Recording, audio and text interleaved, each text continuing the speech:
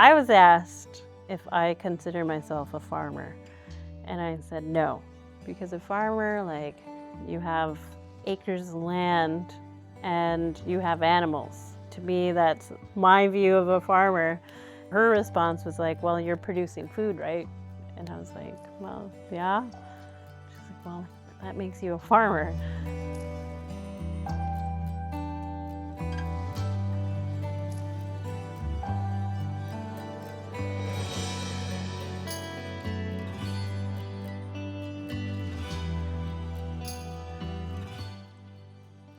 Gatketa hike DYU and Matlakatla Diwawatku, Matlakatla Diwatsagu, and Gatketa hike is my name, and Matlakatla is where I'm from, and Matlakatla is where I live.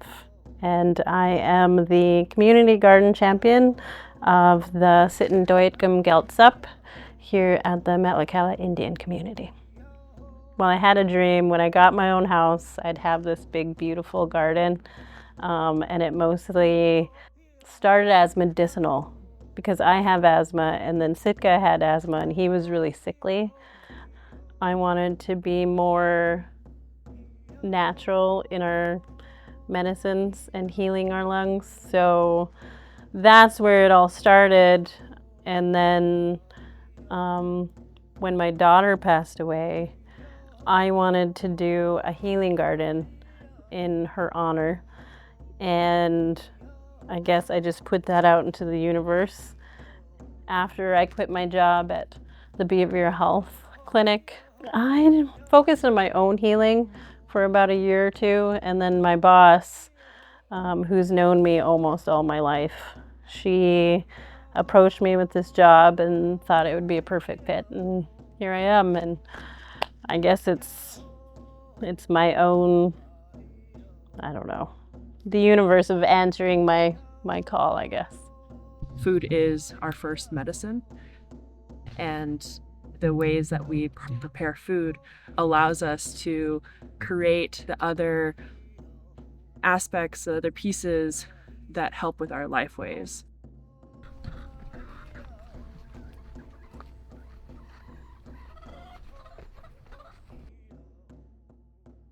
It has become part of my healing journey in working with the land. If I ever am feeling down and depressed, this place helps because it's so alive. You ladies hungry? I gave them broccoli and some kale and lettuce.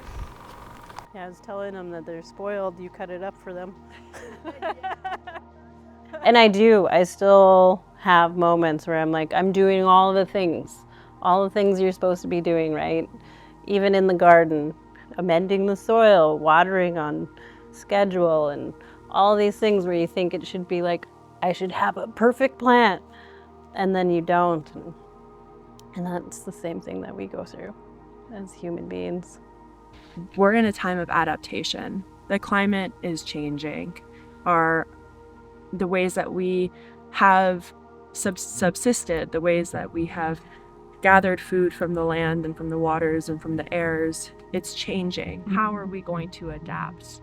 Well, one of the ways to do that is to understand a method and methods of cultivating food that have sustained other areas of the world. And now, as the Arctic is heating up 4 to 6 times faster than anywhere else in the world, we have the ability to put a garden into the ground and have it supplement our traditional foods economy. For me, it's become like a survival skill. If you can figure out what kind of soil you got, know a few things to grow, you can survive. And I want this community to survive, heal, and be healthy. And in order to do that, we have to eat healthy, and we also have to be connected with our land. If we didn't have our indigenous foods and that connection to the land, it's like losing a limb. It's like losing a piece of you.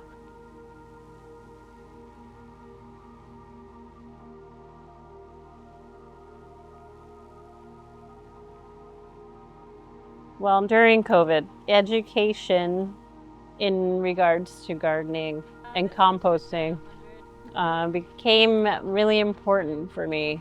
This one needs to be turned. And the only way outside of my community to do that was to network and build that community. I put it out to the universe, and somebody within my circle sent me an email, and I had no idea what Calypso Farms was, what even the program was, or even where it was. I just seen the opportunity and I signed up for it and was wishing for the best to get selected. Actually, I almost forgot about it. And then they said that I was able to go, and I was excited. Nestled in the heart of the interior, Calypso Farm and Ecology Center is more than just a farm. It's a hub for hands-on learning, a place where traditional knowledge and sustainable practices meet. Calypso supports Indigenous-led farming initiatives, equipping growers with skills they can take back to their communities, fostering resilience in the face of environmental and economic challenges. As is until it breaks down. When I think of food sovereignty and food security, the first thing that comes to mind is community and how we look after each other. I think that's always been part of our ways. It's not just food for yourself. You're gathering and you're hunting for your whole community. And when we look at it, you know, here with Calypso and what we're doing now with this Indigenous-led agriculture, I think it's how do we produce food for our families and for our communities in kind of a different way than what we're normally used to. My first memorable moment was going there, because I've never seen anything like that. Being in the Southeast, we all have to grow in houses, so I've never seen row gardening. In this training, we covered compost, we covered drip irrigation, we talked about planting a garden, doesn't have to be a farm, and thinking about what you want to be cultivating and the vegetables that would work for your region as well as for the type of garden that you have. And we were also able to have discussions around community healing, food sovereignty and security, how we network together as people that have partaken in this training, and how we would like to see this training move forward. And I think each one of those pieces are going to be crucial conversations that need to happen on a regional scale. So I recently accepted a position as program director of the Indigenous Egg Program. I think what's great about this program is not only that it's Indigenous-led, but how healing it is for our people, because when a lot of people think of Alaska Natives and their lifestyle, you don't think of farming, but we did kind of farm in our own way. It's just not how it is in the Western world. So it really is amazing to see how much healing and that hearing all those stories from generations ago, like my grandmother used to grow this or this, and just seeing it come awake in a lot of people and how much healing really happens. It's just really touching. I've really enjoyed our time together and seeing all the youth, and that really makes me wish that I think our youth and you guys would have a bonding or a sharing. Had fun on the farm learning about plants and taking care of soil and soil maintenance, and watching Tom do a little bit of blacksmithing. Alaska may be a big state, but it's really small, because it's cool to see a group of people who don't know each other, but they know somebody who knows them, or they find out they're related, or, you know, all these little connections. I feel every session is always special and a little bit different. This morning we woke up to a smoky farm, so we are taking the show on the road. A learning experience about this state. in all the different cultures and how these cultures have changed and adapt over generations. You wouldn't think that a agriculture farming training could be healing, but there's healing that happens during those workshops. And in every session, it's always really cool to see and hear how they've tried to garden their community or how they want to. But I mean, I think that's the biggest thing, is going back to your community and saying, okay, with the tools I learned here, what can I do in this space, on this land?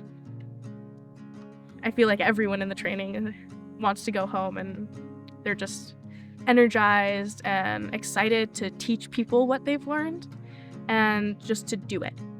I don't think it matters where we're from, really. Anywhere. Food sovereignty is very important to our community, our children, our grandchildren. I think it's really important to be able to grow our own food. When I'm able to be around those people that are having the same struggles and are encouraging and are, aware of the work that you've done, or know, they've been there too, that's what's helps through those challenges.